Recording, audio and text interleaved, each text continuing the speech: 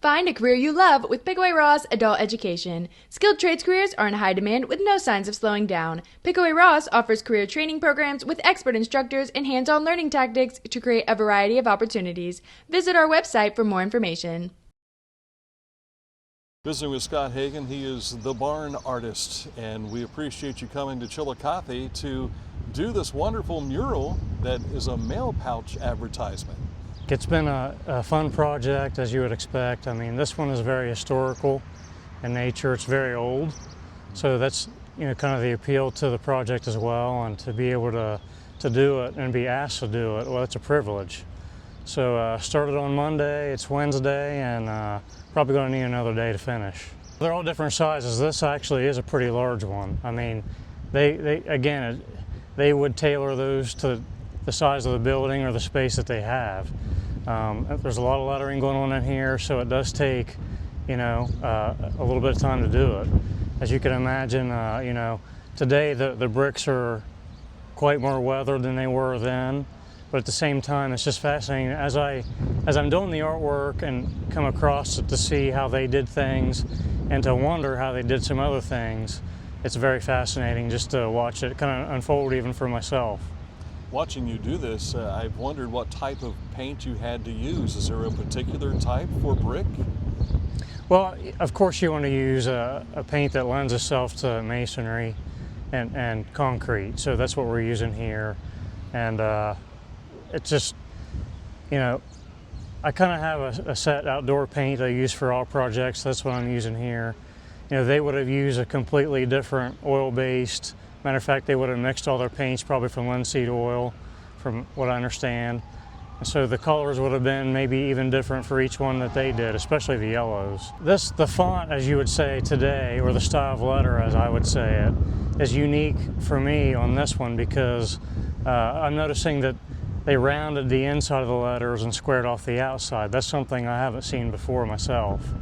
So I wonder which, at the time there may have been 10 to a dozen different crews out. At the time, at least at one point, there would have been that many. I'm not sure in 1892 or before, how many crews there would have been. But there would have been maybe a little different style between each of the artists at the time. So this, again, is something different for me. Usually they're very squared, very block letter, especially out in the barns. It's a different style.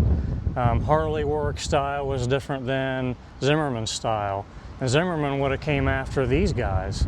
So yeah, to see all this again, it's just very nostalgic, very neat to see how different they would have been and how they would have been approached differently.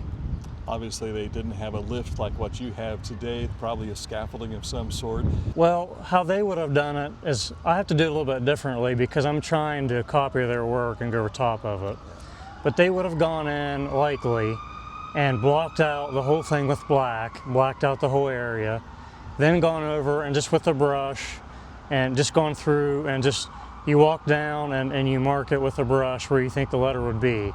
Typically out on a barn, it's very much simpler in a lot of ways because you know where the center point is, so you know what center letters there are, and you would start there and work your way out. If it's a bigger barn, you know to mark your letters a little bit bigger.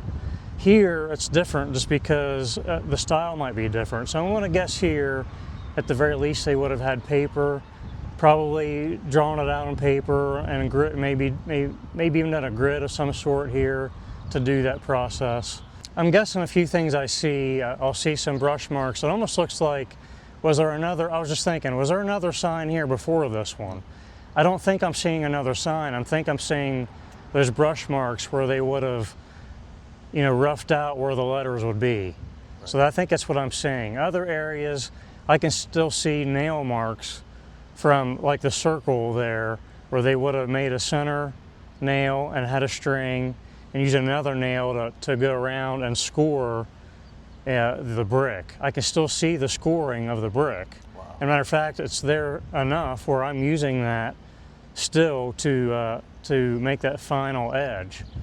So it's, again, 1892 or before we think is when the sign was painted last. Where can we follow you?